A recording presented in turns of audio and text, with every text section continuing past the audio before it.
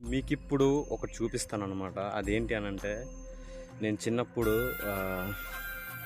ఇక్కడ దేవుణ్ణి కొలుస్తుండేవారు అన్నమాట. ఇక్కడే ఉంది అది. అది ఇప్పుడు చూపిస్తాను చూడండి ఒకసారి. అలా నడుచుకుంటూ ముందుకైతే వెళ్ళాలి. చూడండి చాలా అడవిగా అయిపోయింది.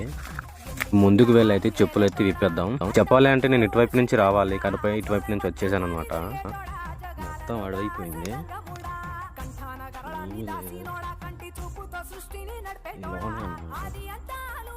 మొత్తం అడవైపోయింది. ఇదిగోండి ఇక్కడే ఉంది చూడండి.